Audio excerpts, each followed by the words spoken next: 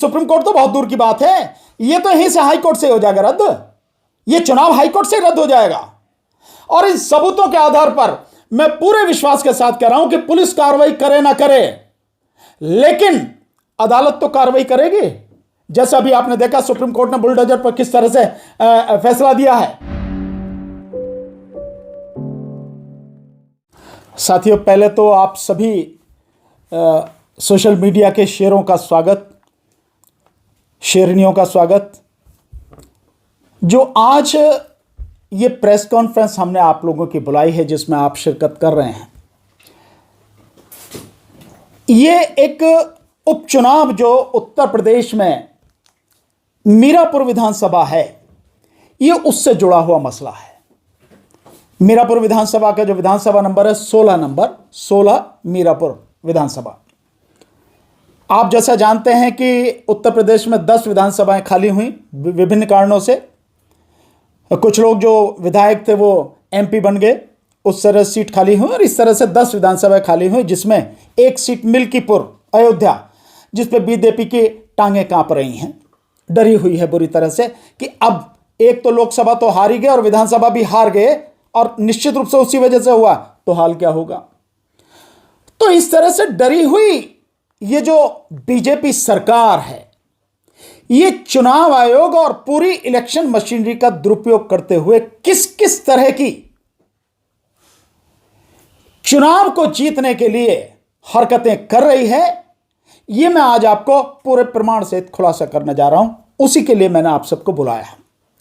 मीरापुर विधानसभा में 34 लोगों ने नॉमिनेशन किया, नामांकन किया।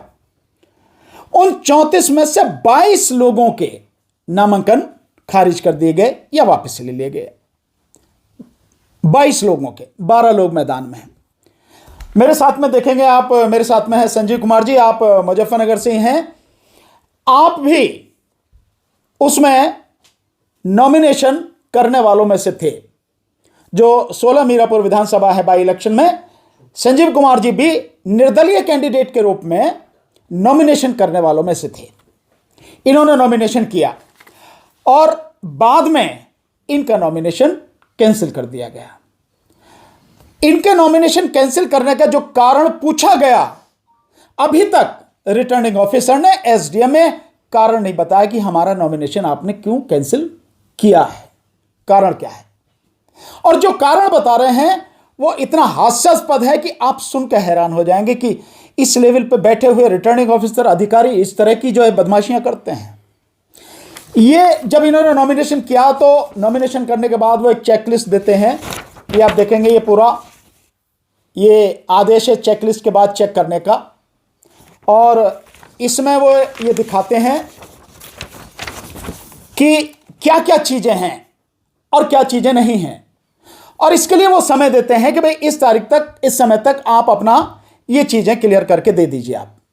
तो इसमें जो इन्होंने ये प्रारूप 26 में शपथ पत्र में जो दिया जाता है, उसमें यहां लिखा हुआ है, उन्होंने ग पे कॉलम नंबर ग सी कह सकते हैं अंग्रेजी में, इस पे लिखा हुआ है, और इन्होंने कहा है कि भाग के का 4 सब क्लॉज 1 ये आपका, और भाग 8 ये निर्दोषों के अनुसार नहीं है, नहीं भरा गया, ये लिखा गया। सिर्फ ये कारण है। भाग का 4(1) भाग 8 भाग का निर्देशों के अनुसार नहीं भरा गया है, ये इनका कारण है। और इसके लिए इन्हें कहा कि आप दूसरा अपना एफिडेविट दे दीजिए। इसमें आप नीचे देखेंगे कि यहां समय दिया जाना चाहिए था, इन्होंने इसका समय नहीं दिया। 25 तारीख का नॉमिनेशन था, तो इसमें समय देना चाहिए था कि आपको कब तक देना है, वो इन्होंने नहीं दिया। इलेक्शन कमीशन, रिटर्निंग ऑफिसर ने नहीं दिया। लेकिन सभी लोगों से कहा, जिन जिन के भी हैं 2, तो उसमें आजाद समाज पार्टी काशीराम, उनके कैंडिडेट ने, और राष्ट्रीय लोकदल, उनके कैंडिडेट ने, इन्होंने भी 28 तारीख से दोबारा से अपने एफिडेविट दिए। ये एफिडेविट हैं, जैसा आप देखेंगे ये जाहिद हुसैन हैं। ये जाहिद हुसैन जो हैं, ये आजाद समाज पार्टी काशीराम, ये उनकी पार्टी का है, ये उनकी पार्टी के कैंडिडेट है, ये उन्होंने दिया भर के, एक नहीं दो दिए उन्होंने, ये 2 एफिडेविट उन्होंने भर के दिए। ठीक है, ठीक इसी तरह से ये एफिडेविट आप देखेंगे, ये मिथिलेश पाल जी हैं, मैडम मिथिलेश पाल हैं, उन्होंने भी ये 2 एफिडेविट भर के दिए। ठीक है, ये एफिडेविट उन्होंने भर के दिए और ये 28 तारीख को दिए, क्योंकि करेक्शन था तो इन्होंने भी कहा कि भर के दे दो, तो दोनों के सबके 28 तारीख को उन्होंने भर के दे दिया। और ये एफिडेविट ये संजीव जी का है, जो आपके सामने बैठे हैं संजीव जी, उन्होंने ये एफिडेविट दिया। अब इनके उसमें जो ऑब्जेक्शन लगाया, ऑब्जेक्शन जैसे मैंने आपको भी बताया कि 4 भाग सब भाग 1 उसका जो है ऑब्जेक्शन उन्होंने लगाया, वो हमें देना था भाग के 4(1). तो इसमें भाग के 4(1) क्या है आप देखेंगे, ये आप देख रहे हैं, ये भाग 4 यानी पैरा 4 होना तो पैरा होना चाहिए, लेकिन वो भाग 4, जितनी अकल है उतनी काम करते हैं। तो ये पैरा 4, इसमें ये वाली चीज जो इनका पहला एफिडेविट था उसमें केवल ये जो यहां नीचे नाम देख रहे हैं ना, संजीव कुमार, और यहां पे जो है 0-0, बस ये खाली था, सिर्फ इतना खाली था, इसी के लिए ऑब्जेक्शन लगाया और उन्होंने कहा कि आप इसे भर के दो। भाग 8 ये जो था उन्होंने, ये भाग 8, ये देखिए, ये भाग 8, ये वाला जो है, इस पे ऑब्जेक्शन लगाए, जैसे मैंने आपको अभी पढ़ के सुनाया, इन दोनों पे ऑब्जेक्शन लगाए और मांगा कि आप भर के दे दीजिए, दूसरा एफिडेविट दे दीजिए। इन्होंने दे दिया 28 तारीख को। अब क्या हुआ, इनके जो एफिडेविट हैं सारा भर के दे दिया, इसी तरह से औरों ने दिए, इनका कैंसिल कर दिया गया नॉमिनेशन और उन दोनों के एक्सेप्ट कर लिए गए, जबकि उन दोनों के एफिडेविट में भी बिल्कुल वही चीजें हैं, मैं अब आपको दिखाऊंगा कि जो इनके एफिडेविट में है। दूसरा, जब आपने मुझे जो ऑब्जेक्शन दिए थे, इसका मतलब मैं ये मान के चलता हूं ना, और है भी यही, कि जो ऑब्जेक्शन दिए मुझे केवल वो रिमूव करने हैं, बाकी मेरा फॉर्म बिल्कुल ठीक है, मैंने वो रिमूव कर दिए। आपने जो मेरा कैंसिल किया, आप उसको लेकर कैंसिल नहीं कर रहे, आप दूसरे जो पैरा है उसको लेकर मेरा कैंसिल कर रहे हैं। आपका था 4 का और आप कैंसिल किस पे कर रहे हैं, कैंसिल कर रहे हैं 5, भाग 5 पे। भाग 5 क्या है ये भी आप लोग देख लीजिए, ये है भाग 5, जिसमें यह है कि आपका कोई आपराधिक रिकॉर्ड तो नहीं है, किसी में सजा तो याफ्ता नहीं, आप कोई मुकदमा तो नहीं चल रहा है, ये है। ये अगर ये मेरा गड़बड़ था तो आपने जो ये चेकलिस्ट मुझे दी है, इस चेकलिस्ट में आप मुझे ये लिख के देते ना, ये आपका गलत है, ये आपने भरा नहीं है या गलत भरा है, आपने ये नहीं दिया, मुझे कुछ बताया नहीं, और आपने जो ऑब्जेक्शन लगाए थे वो ऑब्जेक्शन मैंने रिमूव कर दिए, लेकिन मेरा जो आपने कैंसिल किया वो बिल्कुल अलग कारण से किया। अब इसको देख लेते हैं, जो ये 5 है, अब मैं आपको मिथिलेश जी का भी दिखाता हूं कि 5 उनका कैसा भरा हुआ है, और मैं अपना भी दिखाता हूं कि मेरा कैसा भरा हुआ है। ये देखें, ये मिथिलेश जी का है, ये इनका जाहिद हुसैन साहब का यहां से शुरू होता है ये 5वां कॉलम, ठीक है, और ये मिथिलेश जी का है, इनका ये ऊपर से शुरू होता है, और ये इनका है संजीव जी का जो ऊपर से शुरू होता है। इसमें क्या लिखा है, इसमें लिखा है कि आपराधिक मामले मैं ये घोषणा करती हूं कि मेरे विरुद्ध कोई आपराधिक मामला लंबित नहीं है। आगे लिखा गया है लागू नहीं होता है, ये जाहिद के में है। अब इनके में इसमें लिखा हुआ है लंबित आपराधिक मामले, मैं ये घोषणा करता हूं कि मेरे विरुद्ध कोई आपराधिक मामला लंबित नहीं है। इसमें भी लिखा हुआ है लागू नहीं होता है। ये देखें आप, इसमें यहां नीचे और इसमें यह ऊपर, दोनों में एक सेम बात है। ठीक इसी तरह से अब इनका देख लें, मैं ये घोषणा करता हूं या करती हूं कि मेरे विरुद्ध कोई आपराधिक मामला लंबित नहीं है, इनका ये खाली है। अगर रिजेक्ट होना था तो किसका होना था, इनका होना था, राष्ट्रीय लोकदल, क्योंकि इन्होंने खाली छोड़ दिया और इलेक्शन कमीशन जैसे कहता है कि अगर एक भी कॉलम खाली हो जाएगा तो रिजेक्ट हो जाएगा। तो ये इनका है, ये खाली होना ये दर्शाता है कि इसमें कमी है। इनका रिजेक्ट नहीं किया, मेरा रिजेक्ट किया। अब दूसरा और इसके आगे, इसी में जो पैरा दूसरा है वो पैरा दूसरा देखें, इसमें लिखा है इनके में, मेरे विरुद्ध निम्नलिखित आपराधिक मामले लंबित हैं। ये इन्होंने, जाहिद ने ये अपनी लिस्ट दे दी कि ये मामले मेरे खिलाफ हैं, और यहां इस कॉलम में आगे कुछ नहीं लिखा है। ठीक, अब इसमें आप इनका देखिए, मैडम का, ये उनका है मैडम का, मिथिलेश जी का। इसमें ये जो है कि मेरे विरुद्ध निम्नलिखित आपराधिक मामले लंबित हैं, मजेदार बात, राइट का निशान लगा रखा है और उसके आगे लिखा हुआ है लागू नहीं होता है। इसका क्या मतलब माना जाए? एक तरफ आप कह रहे हो सही है और एक तरफ आप कह रहे हो लागू नहीं होता है। ये दोनों बिल्कुल आप देखिए सामने सब कुछ, ठीक है ना? ये गलत है, एक खाली है, दूसरे में गलत इंफॉर्मेशन है, तो ये इनका कैंसिल होना चाहिए था, ये कैंसिल नहीं किया। ठीक, अब आप मेरे में देख लीजिए। मेरे में जैसे मैंने आपको बताया, यही है ना मेरा, हां जी, मेरे में पहले वाले में क्या है, मैं ये घोषणा करता हूं कि मेरे विरुद्ध कोई आपराधिक मामला लंबित नहीं है, लिख दिया मैंने, आगे लागू नहीं होता है। ठीक है, इन्होंने भी लिखा लागू नहीं होता है, इन्होंने कुछ नहीं लिखा, खाली है।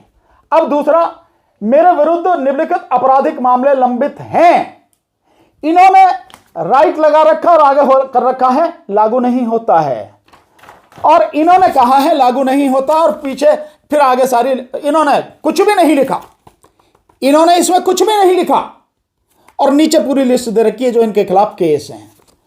कैंसिल किसके होने चाहिए थे, और मैंने बाकायदा लिखा हूं कि मेरे खिलाफ कुछ भी नहीं है, लागू नहीं होता, और मैंने सारा दे दिया, कुछ नहीं है मेरे खिलाफ, सब कुछ। तो नॉमिनेशन पेपर किसका पास होना चाहिए था? नॉमिनेशन पेपर संजीव कुमार जी का क्लियर होना चाहिए था, इन्हें इलेक्शन लड़ने की अनुमति होनी चाहिए थी। लेकिन जो रिटर्निंग ऑफिसर है, जो एसडीएम है, उस एसडीएम ने इनका कैंसिल करके जो बाकी लोग हैं, कौन लोग हैं इनमें, ये राष्ट्रीय लोकदल के लोग कौन हैं, इनका गठबंधन बीजेपी के साथ में है, तो सरकार के आदमी हैं, इन्होंने उनका क्लियर कर दिया। और दूसरा आजाद समाज पार्टी, आजाद समाज पार्टी, उनका भी गलत भरा हुआ है, उनको भी इन्होंने जो है उनका वो फॉर्म जो है क्लियर कर दिया। कैसे कर दिया आपने? और दूसरा, आप मेरा जो बिल्कुल भरे हुए हैं जिसी तरह से, जो कमी थी मैंने पूरी कर दी, और उसके बाद में जो आप नहीं कह रहे हैं वो बिल्कुल वैसा ही है जैसा औरों का है। अगर उनका क्लियर कर दिया तो मेरा आपने क्लियर क्यों नहीं किया? मेरा नॉमिनेशन आपने रद्द कर दिया। इस बात को लेकर बाकायदा एसडीएम से बात कही गई, उसने नहीं मानी, नहीं सुनी।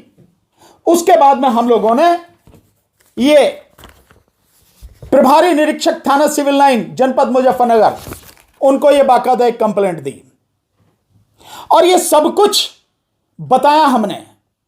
और ये कंप्लेंट देने के बाद में हमने कहा कि इनके खिलाफ रिपोर्ट लिखी जाए और कानूनी कार्रवाई की जाए, भारतीय न्याय संहिता और अन्य जो प्रावधान है उसके अंतर्गत, SC ST एक्ट के अंतर्गत। एक और बड़ी मजेदार बात है, क्योंकि संजीव कुमार जी हैं SC शेड्यूल कास्ट, और क्योंकि वो सीट है जनरल, तो क्या मानसिकता ये रही है कि जनरल सीट पे शेड्यूल कास्ट को नहीं लड़ने देंगे, तो और भी कुछ नहीं तो पहले ही इसका कैंसिल करो, खत्म कहानी? क्या ये मानसिकता है? या ये मानसिकता है कि भाई जो गवर्नमेंट के लोग हैं, जो गवर्नमेंट के साथ है, उनका तो क्लियर कर दो, बाकी को सबको हटाओ रास्ते से? क्या ये मतलब है? और क्या ये इलेक्शन कमीशन का काम है? और इलेक्शन कमीशन के पास में जैसे ही नॉमिनेशन भरा जाता, पेपर उनके पास जाते हैं, तुरंत स्कैन होकर ये इलेक्शन कमीशन की वेबसाइट पर चले जाते हैं, इलेक्शन कमीशन के पास चले जाते हैं। तो ये जिम्मेदारी इलेक्शन कमीशन, जो इलेक्शन कमीशनर राजीव कुमार, ये उसकी जिम्मेदारी है कि देखे किसी का गलत तरीके से नॉमिनेशन कैंसिल तो नहीं किया गया है, या किसी गलत व्यक्ति का नॉमिनेशन तो क्लियर नहीं किया गया है। ये उसकी जिम्मेदारी केवल रिटर्निंग ऑफिसर की नहीं है, और केवल रिटर्निंग ऑफिसर नहीं, वहां जो ऑब्जर्वर है, जिसमें सारे कैमरा वगैरह सब लगे तो सबकी फोटोग्राफी होती है, उन सबकी मौजूदगी में होता है, ये उस ऑब्जर्वर की भी जिम्मेदारी थी कि वो ऑब्जर्वर इस बात को देखे कि ये जो सब कुछ हो रहा है ये सही हो रहा है या गलत हो रहा है। जो ऑब्जर्वर है निर्वाचन आयोग का, उसके खिलाफ जो राजीव कुमार है मुख्य निर्वाचन आयुक्त, उसके खिलाफ 2 और लोग हैं वहां पे, और ये सुबोध कुमार, मैं नाम लेके कह रहा हूं, सुबोध कुमार, ये सुबोध कुमार वहां पे एसडीएम है, जो रिटर्निंग ऑफिसर है, जानसठ का एसडीएम है मुजफ्फरनगर। इनके खिलाफ बाकायदा हमने ये कंप्लेंट दी है, लेकिन सरकार उनकी है तो कंप्लेंट कहां से दी जाएगी, सुनी जाएगी हमारी? अभी तक एफआईआर नहीं हुई है। लेकिन यह सब कुछ कानूनी मामला है, यह सब कुछ लिखित में है, कागजों पे है, इसी के लिए किसी मौखिक बात की जरूरत नहीं है। ये सारे के सारे सबूत हैं, और इन सबूतों के आधार पर मैं पूरे विश्वास के साथ कह रहा हूं कि पुलिस कार्रवाई करे ना करे, लेकिन अदालत तो कार्रवाई करेगी।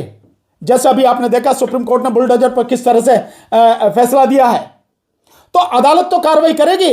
और मैं दावे के साथ कह रहा हूं, ये जो 2 लोग हैं, दोनों के दोनों, ये मिथिलेश कुमारी पाल जो है, मिथिलेश पाल, इसका, और ये आजाद समाज पार्टी का जो है, यानी राष्ट्रीय लोकदल की जो मिथिलेश पाल है और आजाद समाज पार्टी का जो जाहिद है, इन दोनों के नॉमिनेशन तो कैंसिल होंगे ही होंगे, इसमें तो मुझे कोई शक ही नहीं है। अदालत से इनका तो होना ही होना ये कैंसिल, जो भी इनको वोट भी देगा तो वो वोट भी बेकार ही जानी है, तो इनके तो कैंसिल होने ही होने हैं। लेकिन ये जो अधिकारी हैं, एसडीएम हैं, ये जो ऑब्जर्वर हैं, ये भी बचेंगे नहीं। नौकरी इस आरओ की, रिटर्निंग ऑफिसर जो है, एसडीएम जो है सुबोध कुमार, इसकी जानी है, जो ऑब्जर्वर है इसकी जानी है, नौकरी इनकी भी बचेगी नहीं। हम छोड़ेंगे नहीं आखिरी दम तक, सुप्रीम कोर्ट तक इन्हें छोड़ेंगे नहीं। सुप्रीम कोर्ट से क्या लगता है सर कि इस सीट पे चुनाव भी रद्द हो जाएगा अगर जो है बाद में सुनवाई होती है? मैं विश्वास के साथ कहता हूं कि प्रभात जी, सुप्रीम कोर्ट तो बहुत दूर की बात है, ये तो यहीं से हाई कोर्ट से हो जाएगा रद्द, ये चुनाव हाई कोर्ट से रद्द हो जाएगा, मुझे पक्का विश्वास, मैं जानता हूं, क्योंकि डॉक्यूमेंट्री प्रूफ है। आप जवाब दो ना इसका, आप हमें जवाब नहीं दे रहे, क्यों क्या?